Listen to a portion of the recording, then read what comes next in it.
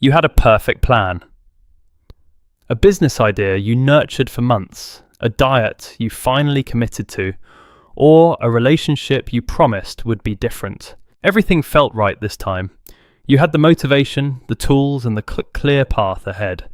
But then, as the moment of action arrived, something shifted. And then you didn't do it, not because you lacked the skill, but because something inside you, quiet and invisible, ensured that you would stay exactly where you are. That is self-sabotage. If you have ever felt like your own worst enemy, you aren't broken or weak. You are actually reacting in a very human way. Stay with me for the next 10 minutes. I will show you exactly why your brain does this and 3 practical ways to finally stop the cycle. Let's talk about what self-sabotage really is. Most people misunderstand it completely. It is not laziness, nor is it a fundamental flaw in your character. Self-sabotage is a protection mechanism. Your brain, specifically the amygdala, is wired to keep you safe from pain, but it often confuses growth with danger. To your nervous system, success can feel just as threatening as failure. It represents the unknown, and the unknown is where the brain perceives the most risk. You might wonder, what if I succeed? Will people expect more? What if I change so much that my loved ones no longer recognize the person I've become? These questions run silently beneath every missed deadline and every distant look in a relationship. Your nervous system is constantly scanning for these hidden social threats. Think of someone who just got a big promotion. Instead of celebrating, they start showing up late or doing just enough work to get by every day. From the outside, it looks like they are failing.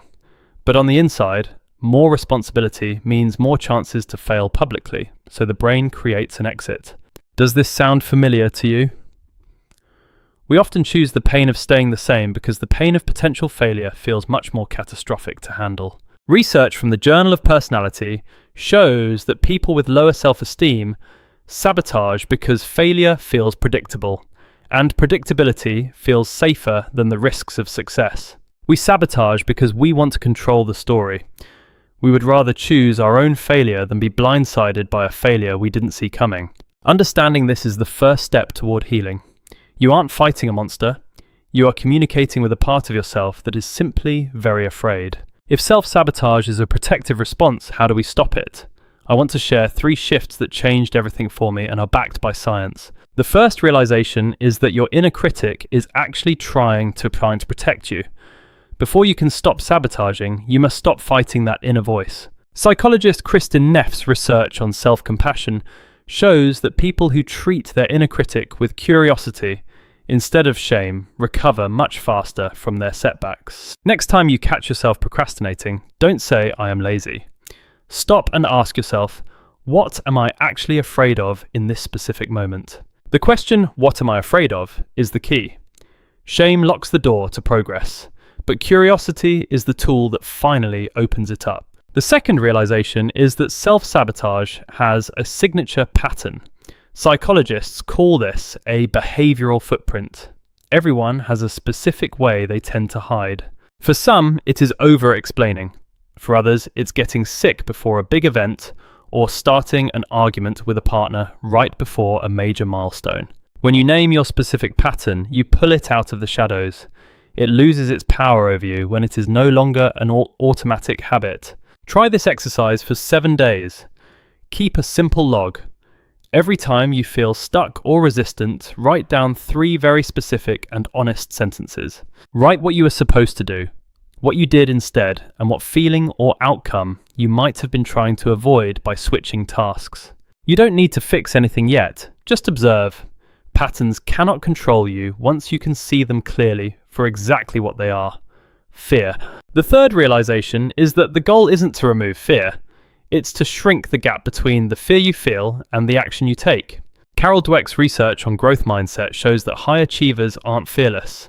They just learn how to move forward while the fear is still present. The secret technique is to lower the barrier of the first step so much that your brain no longer perceives it as a threat to survival.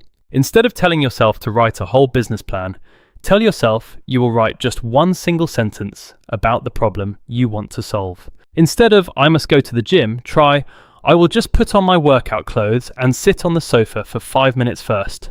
It sounds too simple, but neuroscience supports this. Small actions create tiny dopamine rewards, retraining your brain to associate the goal with safety instead of threat. The same brain that sabotaged you is capable of learning new associations. It just needs evidence that you will be okay if you take the risk. One small win leads to another, then another. Eventually, the pattern of progress becomes stronger than the pattern of protection that used to hold you back. Let's bring this all together. Self-sabotage is not a personal failure. It is a very human response to the terrifying prospect of hoping for something. Your brain built these patterns long ago, often in childhood, when staying small felt like the only way to stay safe and avoid being hurt. Those patterns made sense then. They protected you when you were vulnerable, but you are no longer that child, and you no longer need that shield. The work isn't about beating yourself up. It's about updating your brain's internal map of what is actually dangerous and what is actually an opportunity. And you don't have to be fearless to move forward. You just have to be a little bit more curious than you are afraid of the outcome. Remember the 3 shifts. Meet your critic with curiosity, name your signature patterns, and shrink the first step until your brain finally says yes. Be patient with yourself. Unlearning a pattern that took years to build won't happen in a week, but with consistency, it absolutely will happen for you. If this resonates with you, I would love to know which of these 3 insights felt most true for your life. Please share your thoughts. I read every single comment. We are all navigating these internal battles, and sharing our experiences makes the journey feel a lot less lonely for everyone. If you know someone struggling with themselves right now, someone who keeps starting but never finishing, send them this video. Sometimes just being seen is enough. If you want to go deeper, I just posted a video on how childhood experiences shape your current relationships. It's a perfect next step for you. Subscribe if you want more content like this. I release new videos every week about the real psychology that helps you build a better, clearer life. Thank you for spending this time with me. You have the power to change your story one small step at a time. I'll see you soon. Think about the progress you've already made just by being aware of your habits. Awareness is half the battle won against your own subconscious blocks. Those invisible chains are not as strong as they seem. They are made of old fears and outdated stories that no longer serve who you are. You are allowed to succeed. You are allowed to be happy without waiting for the other shoe to drop. You deserve the life you are building. Imagine a day where you don't fight yourself, where your actions align with your intentions effortlessly. That day is closer than you think it is. It all starts with that one tiny, non-threatening step. What will yours be today? Just one small thing to prove to your brain you're safe. Your potential is not a threat. It is a gift waiting to be unwrapped. Stop hiding from the brilliance that you already carry inside of you. Consistency over intensity. That is how we rewrite the brain's code. Be gentle, be persistent, and watch how the world opens up for you. Even if you have sabotaged yourself 1,000 times before, today is a fresh opportunity to try a different, more curious approach to your fear. Take a breath. You are doing better than you give yourself credit for. The fact that you are even watching this means you're ready. Your story is worth finishing. Don't let the fear of a messy middle keep you from the beautiful ending you are working so hard for.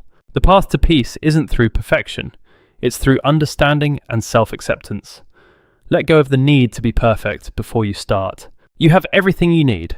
The tools, the insights, and the courage are already there. You just need to give them permission to lead.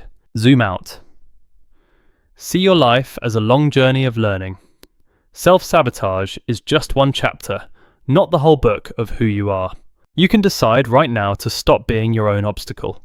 It's a choice you make every morning, one small, kind step at a time. Forgive yourself for the times you stayed small. You were just trying to survive. Now you have the tools to finally start thriving instead. Your voice and your talents deserve to be heard. Don't let your brain's old safety protocols mute the song you were meant to play. The future is bright and it is waiting for you to arrive.